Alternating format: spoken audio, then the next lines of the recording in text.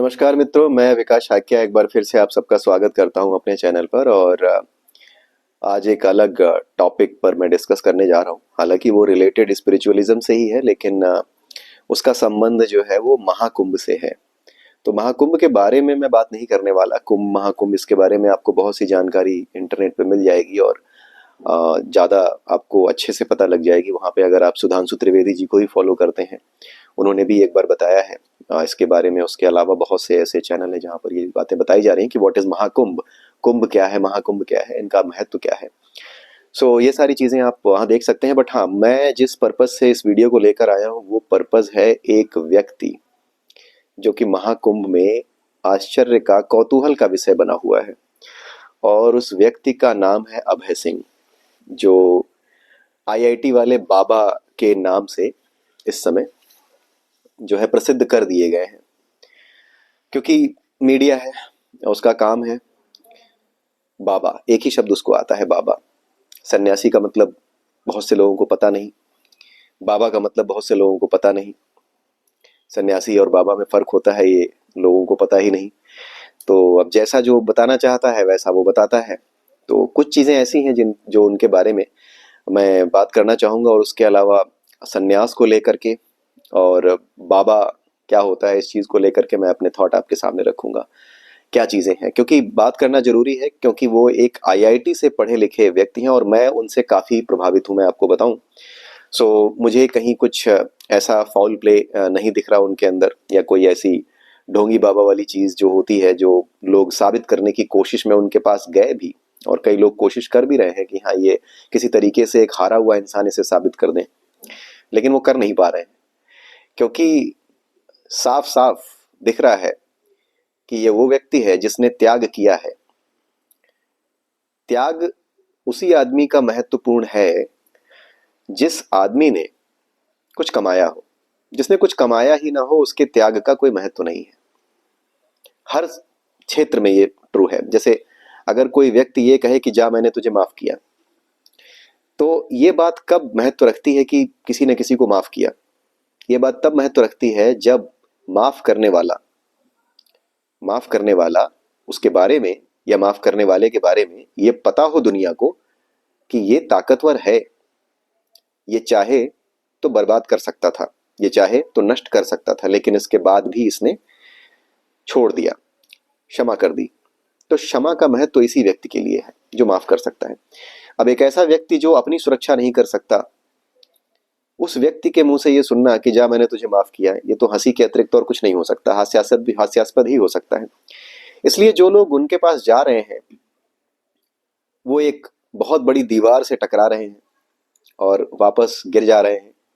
प्रयास कर रहे हैं खोजने का कि कुछ ऐसा मिले, कि कुछ ऐसा मसाला मिले जो कि हिंदू धर्म और जो ये सन्यास है, इन चीज़ों को लेकर के, सन्यास आश्रम, इन चीज़ों को लेकर के कुछ गलत कहने का अवसर मिले। लेकिन मैं आपको बता दूं कि ये चढ़ता हुआ सूर्य है सनातन का। अब इसके ऐसी ही किरणें, कभी अभय प्रताप सिंह के नाम से, कभी किसी नाम से, ये सनातन के सूर्य की छोटी छोटी किरणें हैं जो एक दिन बहुत बड़ी धूप बन करके खिलने वाली हैं इस पूरे संसार में। इसलिए अब ये सब खोजना मीडिया भी बंद कर दे, क्योंकि मीडिया के जो लोग प्रश्न पूछने जा रहे हैं अभय सिंह से, मैंने देखा है कि उनकी हालत कुछ ऐसी है कि वो पूछ तो लेते हैं प्रश्न, लेकिन उसके बाद जब सामने से जवाब आता है तो उनको कुछ ऐसा लगता है जैसे पता नहीं आगे हम क्या पूछें इनसे। मतलब कुछ ऐसा आभास उनको होता है कि इसके आगे मैं कहूँ क्या, एक बिल्कुल ही अलग बात कह रहा है बंदा, समझ ही नहीं आ रहा। उसका कारण है, कारण ये है कि हमारा मीडिया ये सोचता है कि उसको आध्यात्म के बारे में सब पता है। कारण ये है कि आध्यात्म के बारे में सब पता होने की गलतफहमी पाली जा सकती है। क्यों?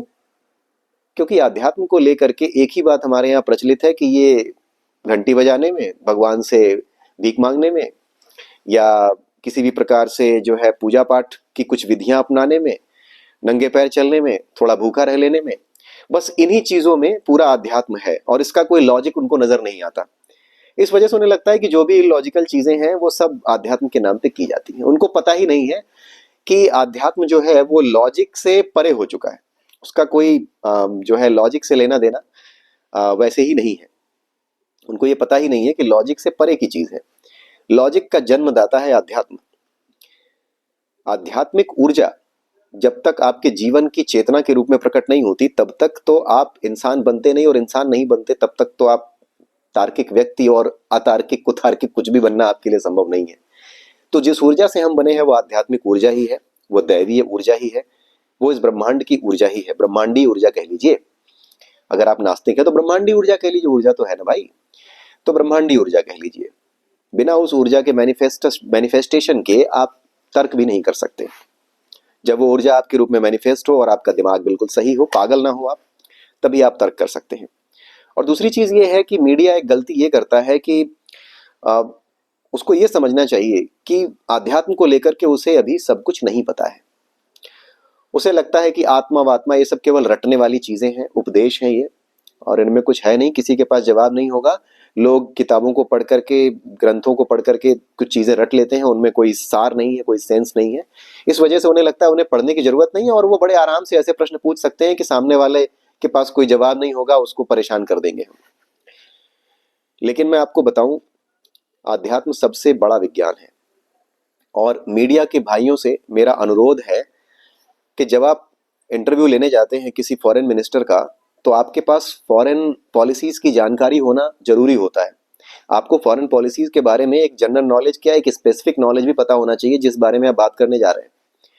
आप उसकी पूरी तैयारी करके जाते हैं। लेकिन आध्यात्मिकता पे बात करने से पहले आप केवल कुछ रटे रटाए प्रश्न ही पूछने चले जाते हैं। वो प्रश्न भी नहीं होते, असल में प्रचलित जो कहानियां होती हैं, प्रचलित जो अपमानित करने के लिए जो प्रचलित पंक्तियां हैं, प्रचलित सवाल हैं, वही लेकर के आप भी पहुंचते हैं, जहां पर आप क्रॉस क्वेश्चन करके अपने आप को बहुत होशियार और बहुत बड़ा वैज्ञानिक सोच वाला दिखा सकें। बहुत से ऐसे लोग करते हैं।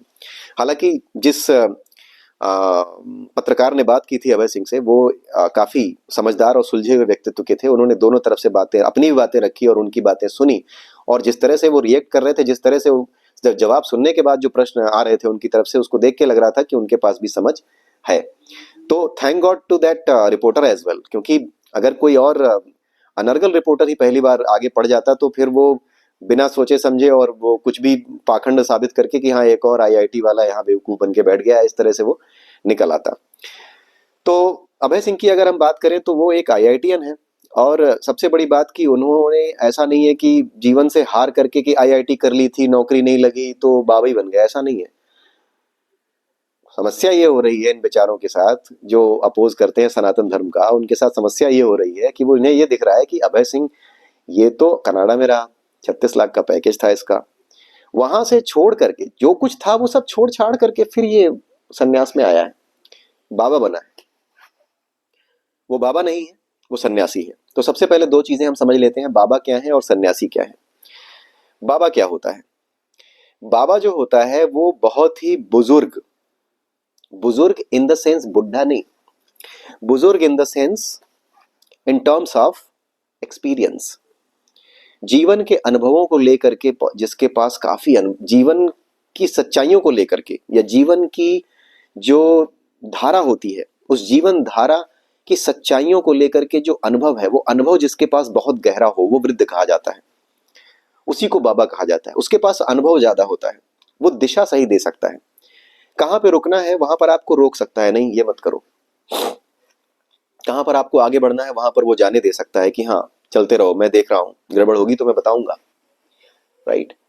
वो एक शिक्षक की तरह, बाबा जो है वो एक शिक्षक की तरह, एक शिक्षक कह लो, या फिर एक जो स्टिक लेकर के जो मास्टर खड़ा होता है, रिंग मास्टर होता है ना, वो उस तरीके का रोल प्ले करता है जो आपको गलत राह जाने से रोकता है। वो बाबा होता है जिसकी नजर आप पे हो, ये आप चाहते हो कि हाँ उनकी नजर हम पे हो, और हम कहीं गलत करें तो हम उनके अनुभव का फायदा उठा सकें, वो हमें रोक दें या हमें सही सलाह दें, ये उम्मीद जिससे आप रखते हैं वो बाबा होता है। ठीक है।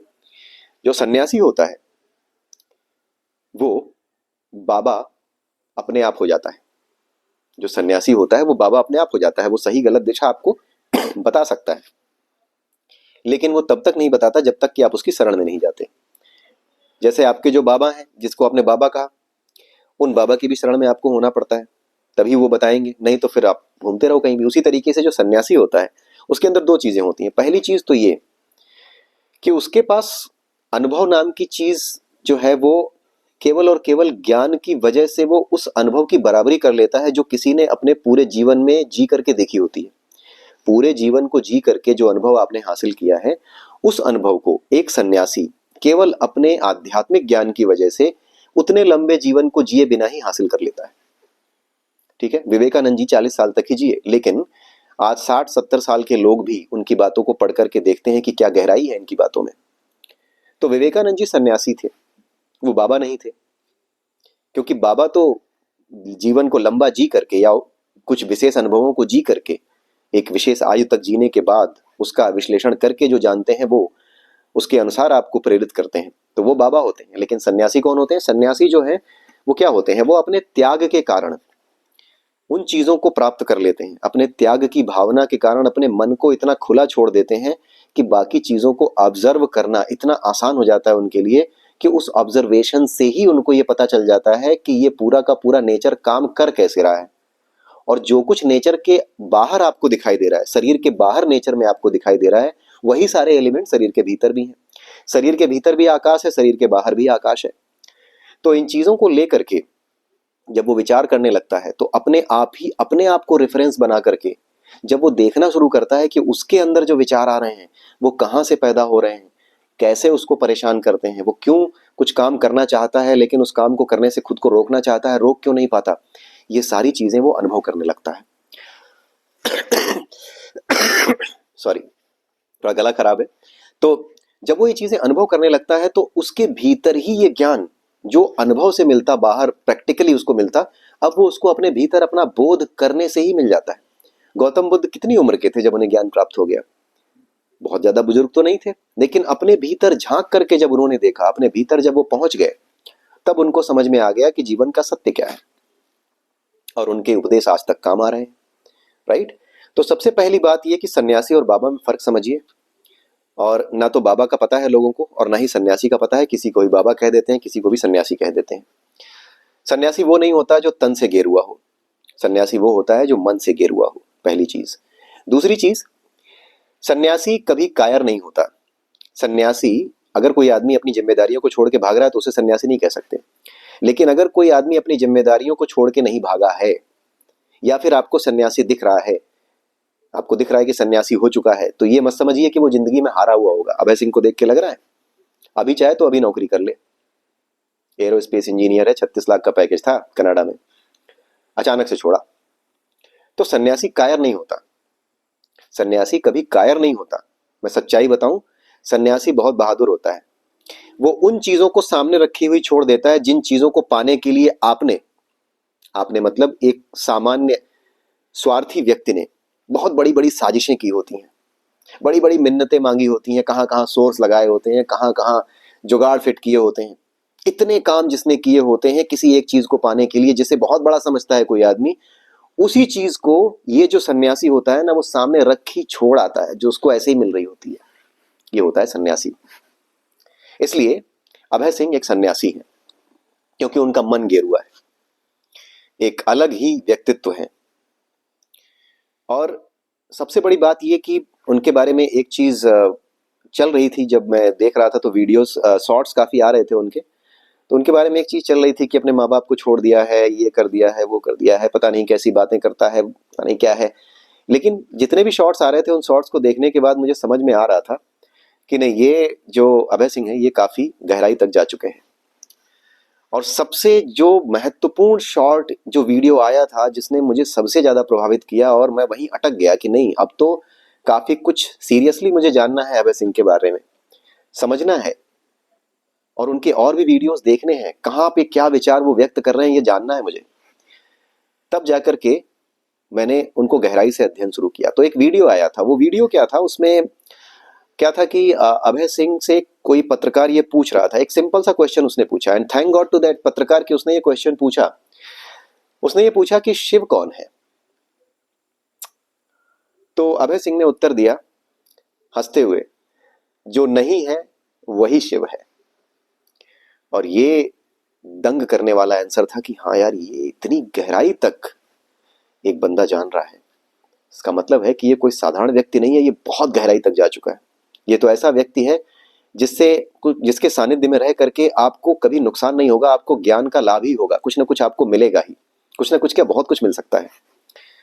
तो जो जो लोग भी महाकुंभ जा रहे हैं, अगर उनको इनसे मिलने का सौभाग्य प्राप्त हो तो आध्यात्मिक प्रश्न पूछें। उनके व्यक्तिगत जीवन के विषय में जानने का प्रयास करना एक तुच्छ प्रयास है, उनसे ज्ञान लाभ लें। मैं भी प्रयास करूंगा कि मैं इस बार कुंभ मेले में जाने का प्रयास करूं, पहुंचूं, क्योंकि महाकुंभ है। और अगर मैं पहुंचा तो निश्चित रूप से मैं भी खोजूंगा उन्हें कि वो मिल जाए मुझे, तो मैं बात करूं उनसे। लेकिन अगर आप भी जा रहे हैं, आप पहुंचे हैं वहां, तो आप निश्चित रूप से उनसे मिलकर आएं और उनके व्यक्तिगत जीवन के बारे में जानने के बजाय उनके अनुभवों के बारे में पूछें। कोई प्रश्न आपके मन में है, जो आध्यात्मिक ग्रंथियां हैं, उनको पूछें, निश्चित रूप से आपको लाभ होगा, ये मैं आपको गारंटी दे रहा हूं। अब आते हैं वापस उनके जवाब पर, जो उन्होंने दिया था कि हाँ, जो नहीं है वही शिव है। आखिर में ये है क्या, ऐसा उत्तर उन्होंने क्यों दिया? सी शंकराचार्य जी ने एक रचना की है जिसका नाम है निर्वाण शतकम। ठीक है, निर्वाण शतकम। उस निर्वाण शतकम में शंकराचार्य जी ने बताया है कि वास्तविक स्वरूप क्या होता है एक व्यक्ति का। तो निर्वाण शतकम की रचना जो है शंकराचार्य जी ने तब की थी जब वो बालक थे, छोटे से, मतलब बहुत ज्यादा छोटे नहीं, फिर भी, क्योंकि 32 की एज तक तो शंकराचार्य जी ही थे। तो जब वो छोटे थे तो उनसे किसी ने पूछा कि बताओ कि तुम हो कौन, तुम कौन हो। एक सीधा सा प्रश्न पूछा कि तुम कौन हो। अगर आपसे ये प्रश्न पूछा जाए तो आप क्या बताएंगे? तुम कौन हो? अच्छा, मेरा नाम ये है, मैं यहाँ से आया हूँ, मेरे पिताजी का नाम ये है, मैं यहाँ रहता हूँ, ये जॉब करता हूँ। लेकिन ये ऐसा कोई आंसर जो है शंकराचार्य जी ने नहीं दिया। उन्होंने वहीं पर जो बात कही, श्लोकों के रूप में जो बात कही, वही आज के समय में उनकी उस रचना को निर्वाण शतकम कहा जाता है। निर्वाण शतकम में क्या है कि उन्होंने कुछ श्लोक हैं उसमें, आप सुनिएगा निर्वाण शतकम को। मैं उसकी कुछ लाइनें आपको दिखा देना चाहता हूँ। ये काफी दूर रखा है वैसे तो लैपटॉप, लेकिन लेट मी सी कि if I can show you. See, यहाँ पर कुछ लाइनें हैं, मैं पढ़ के आपको सुना दे रहा हूँ, जो शुरुआत की हैं निर्वाण शतकम की। वो लाइनें कुछ ऐसी हैं: मनोबुद्ध अहंकार चित्तानि नाहम, न च श्रोत्र जिह्वे न च घ्राण नेत्रे, न च व्योम भूमिर न च तेजो न वायु, चिदानंद रूपः शिवोहम शिवोहम। यहाँ पे कहने का मतलब ये है, यहाँ पे इस श्लोक का मतलब ये है कि ना तो मैं मन हूं, ना मैं बुद्धि हूं, ना मैं अहंकार हूं। आप धर्म के नाम पर, आध्यात्मिकता के नाम पर, योग के नाम पर हम किन चीजों को पढ़ते हैं? मन, बुद्धि, अहंकार, इनको संयम में लाओ, मन को संयम में लाओ, मन को कंट्रोल करो, प्राणायाम के माध्यम से समाधि तक पहुंचो। ये सारी चीजें जिसके माध्यम से अचीव की जाती हैं, वो क्या है? मन है, बुद्धि है, अहंकार है।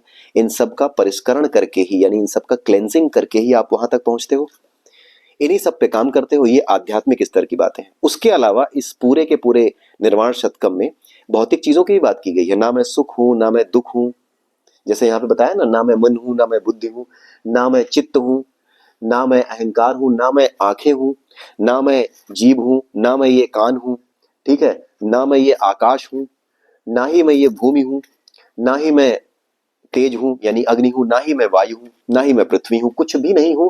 मैं चिदानंद रूप शिवोहम शिवोहम, यानी मैं शिव स्वरूप हूं। तो जब ये सब भी नहीं है शिव, तो क्या है शिव? शिव वो है जिस चीज को हम अनुभव नहीं कर सकते, देख ही नहीं सकते, देख नहीं सकते या अनुभव नहीं कर सकते। देखने न देखने वाली चीजें भी, और जो अनुभव में नहीं आ सकती हैं वो चीजें भी। तो जो नहीं है हमारे लिए, जो नहीं है वही शिव है।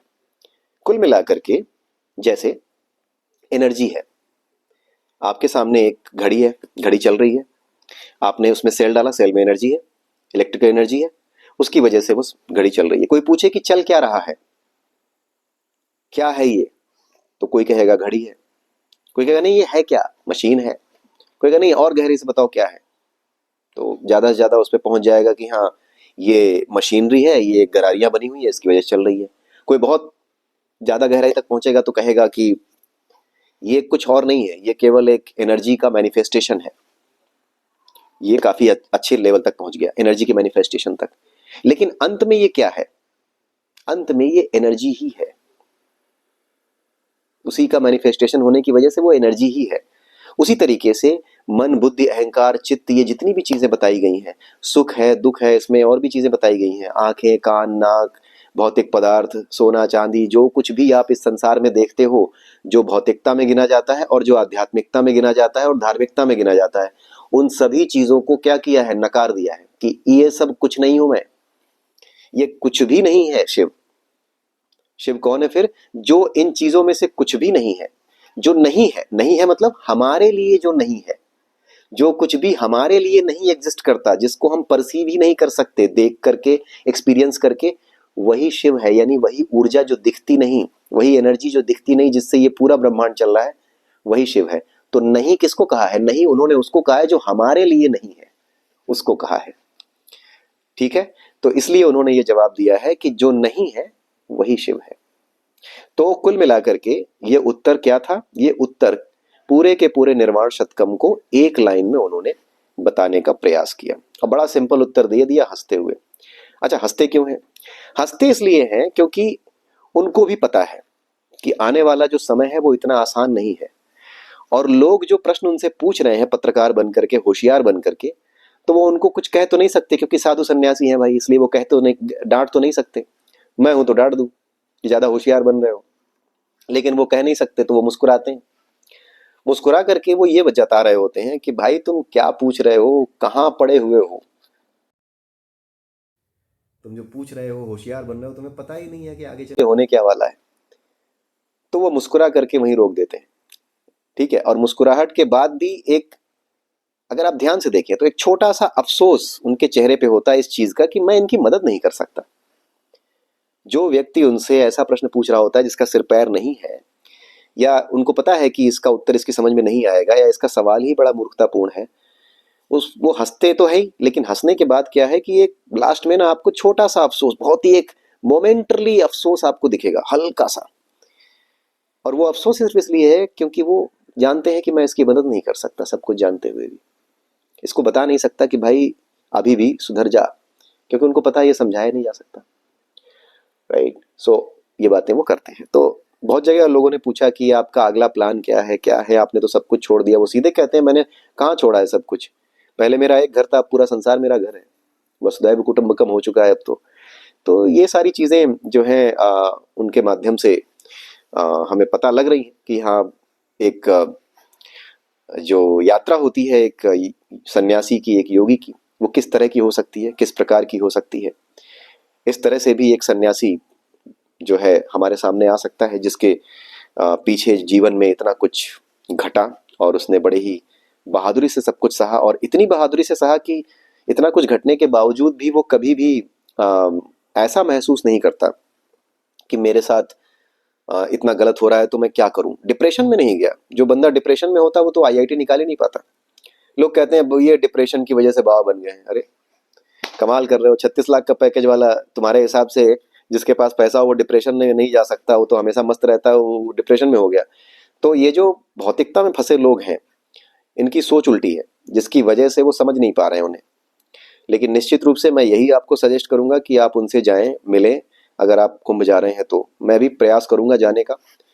अभी तो जनवरी है, थोड़ी ठंड है, मैं अभी बीमार भी पड़ गया था, लेकिन हाँ फरवरी में, मिड फरवरी के अराउंड हो सकता है मैं वहाँ जाऊँ। तो अगर आप में से कोई भी उधर आ रहा है, so you can just put me in, put your comment in my video, और माई वीडियो। सो आप डाल सकते हो, कोई दिक्कत नहीं है। I will wait for you guys to meet there, अगर मैं वहाँ पहुँचा। मैं अगर इसलिए कह रहा हूँ क्योंकि मेरी सेहत बार बार ख़राब हो रही है। सो नॉट श्योर कि क्या दिक्कत है, कुछ गड़बड़ खा लिया है मैंने, या फिर मेरी इम्यूनिटी को कुछ असर हुआ है समहाउ। इस बार की सर्दियों ने मुझे ज़्यादा परेशान किया है। सो लेकिन फिर भी पूरी कोशिश रहेगी मेरी कि मैं पहुँचूँ। तो विदा लेता हूँ मैं आप सबसे, अगले वीडियो में फिर मिलते हैं। तब तक के लिए ओम नमः शिवाय।